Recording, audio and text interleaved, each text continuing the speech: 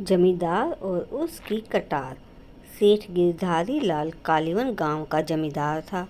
उसके पास ढेर सारे खेत थे जिन पर काम करने के लिए उसने बहुत से मजदूरों को बहाल कर रखा था।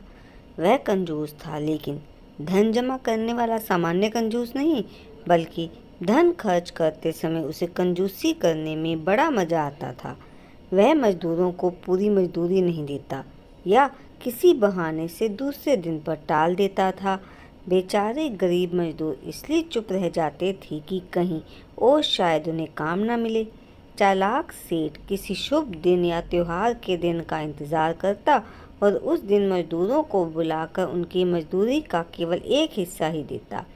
वह भी इसलिए दे देता था ताकि मजदूर उसे गाली गलौज ना दे।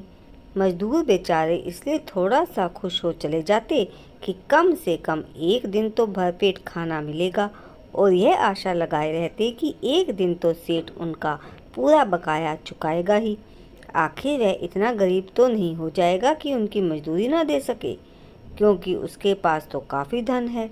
एक दिन गिरधारी लाल शहर में मवेशी खरीदने गया, क्योंकि उसकी गाय अब इतना दूध नहीं दे रही थी कि जो सबके लिए काफ़ी हो। बाजार में उसने 2 गायों को पसंद किया और मोल भाव का दाम तय किया। अचानक उसे याद आया, पैसों की मखमली थैली उसके घर पर छूट गई। अब वह दुविधा में पड़ गया। वह सौदे को हाथ से जाने नहीं देना चाहता था। वह जानता था कि मवेशी का सौदागर कल तक इंतजार नहीं करेगा और किसी के हाथ गायों को बेच देगा। उसने सोचा कि उसे किसी न किसी तरह पैसों का जुगाड़ वहीं करना होगा, ताकि वह उसी दिन गायों को घर ले जा सके। गिरधारी लाल किसी महाजन की तलाश करने लगा। बाजार के पास ही उसे एक महाजन मिल गया, लेकिन किसी जमानत या सुरक्षा के बिना उधार देने के लिए तैयार न था। सेठ के पास उस समय सोने के मूठ वाली कटार थी, जो उसे उसके दादा ने भेंट में दी थी। घर से बाहर जाते समय डाकुओं के डर से वह इसे हमेशा अपने साथ ही रखता था। सेठ गिरधारी लाल ने अपनी कटार दिखाते हुए महाजन से कहा, यह हमारी पुश्तैनी कटार हमारे दादा की भेंट है।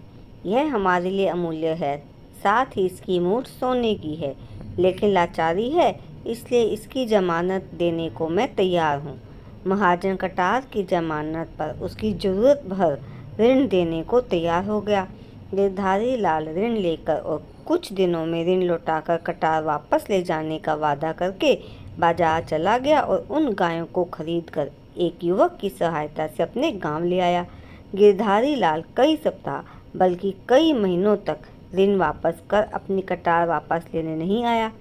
महाजन धीरज के साथ इंतजार करता रहा और सोचता रहा कि सोने की मूठ वाली कटार का क्या करे। क्या उसे बेचकर सूद के साथ ऋण का पैसा वसूल कर ले? लेकिन महाजन से कटार लेगा कौन? उल्टा कोई देख लेगा तो जितने लोग उतने तरह की बातें बनाएंगे और उसकी प्रतिष्ठा धूल में मिल जाएगी। इसलिए वह चुप रहा और जमींदार के पास अपने नौकर को भेजने का निश्चय किया। जब नौकर जमींदार के घर आया तो वह घर पर नहीं था। नौकर वापस चला गया। कुछ दिनों बाद उसे फिर से जमींदार के पास भेजा गया, किंतु इस बार भी वह जमींदार से नहीं मिल पाया, क्योंकि वह बीमार होने के कारण सो रहा था।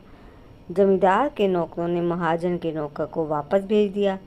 महाजन इस आशा से कि जमींदार मेरे नौकर के आने का संदेश पाकर ऋण लौटाने के लिए स्वयं आ जाएगा, कुछ और दिनों तक धैर्यपूर्वक सब सहता रहा। उसके बाद निराश होकर उसने एक योजना बनाई। जब अगली बार नाई सुखराम उसके बाल काटने आया तो उसने उसे सारी कहानी बता दी और साथ में यह भी कहा कि उसकी कटार कहीं गायब हो गई है। अच्छा यही होगा कि जमींदार ऋण वापस कर अपनी कटार लेने न आए। महाजन जानता था कि नाई खबर फैलाने में माहिर होते हैं। इसके द्वारा शीघ्र यह खबर सब तक पहुंच जाएगी कि जमींदार ने ऋण अभी तक नहीं चुकाया है और महाजन को जमानत में दी हुई उसकी सोने की मठ वाली कटार कहीं गायब हो गई है। सचमुच हुआ भी ऐसा ही। यह खबर आसपास के सब गांवों में फैल गई। जब वह नाई बाल काटने के लिए जमींदार के घर आया तो उसने यह खबर उसे भी सुनाई। गिरधारी लाल को अब तक इस बात की शर्म महसूस नहीं हुई थी कि उसने अभी तक महाजन का ऋण नहीं चुकाया, क्योंकि इस बात को उसके अलावा कोई नहीं जानता था। लेकिन अब उसने अनुमान लगाया कि बहुत से ग्रामीणों को उसके ऋण के बारे में पता चल गया होगा। इसलिए उसने अपनी प्रतिष्ठा बचाने के लिए यह निश्चय किया कि वह महाजन के पास जाकर यह कहेगा कि पैसे वापस लेने हैं तो मेरी कटार लौटा दो। यद्यपि उसे पूरा विश्वास था कि उसे एक पैसा भी खर्च नहीं करना पड़ेगा, क्योंकि कटार खो जाने के कारण महाजन उसे लौटा नहीं सकेगा। फिर भी वह महाजन के पास काफ़ी पैसे लेकर गया। महाजन के घर पर जब जमींदार को यह बताया गया कि उसकी कटार खो गई है, किसे विश्वास होगा कि महाजन जमानत के लिए कटार रखेगा। उसने ऊंची आवाज़ में चिल्लाते हुए कहा। उसने सावधानीपूर्वक सोने के लिए दस्ते की चर्चा नहीं की। भला महाजन के घर से कटार कौन चुराएगा, वह और भी जोर से चिल्लाया। जमींदार भीड़ इकट्ठा करने के लिए महाजन का मजाक उड़ाते हुए ठठाकर हंसने लगा। जब सड़क पर काफ़ी भीड़ इकट्ठी हो गई, तब जमींदार ने महाजन से कहा, क्यों नहीं घर के अंदर जाकर कटार की खोजबीन करते। उसे यह उम्मीद थी कि महाजन अंदर जाकर शीघ्र ही बाहर आ जाएगा और उसे यह कहेगा कि हिसाब बराबर हो गया और इस तरह ऋण का एक पैसा भी वापस नहीं करना पड़ेगा। महाजन दबते सहमते अंदर गया और बहुत देर तक बाहर नहीं आया। गिरधारी लाल बार बार अपनी मखमली थैली बाहर निकाल कर दिखा रहा था, जिससे भीड़ को यह विश्वास हो जाए कि यह ऋण के पैसे ईमानदारी से वापस लौटाना चाहता है। इस प्रकार वह अपनी खोई प्रतिष्ठा को पुनः प्राप्त कर सकता है। अचानक महाजन अंदर से आते हुए बोला, सेठ जी, आपकी कटार मिल गई है, यह रही।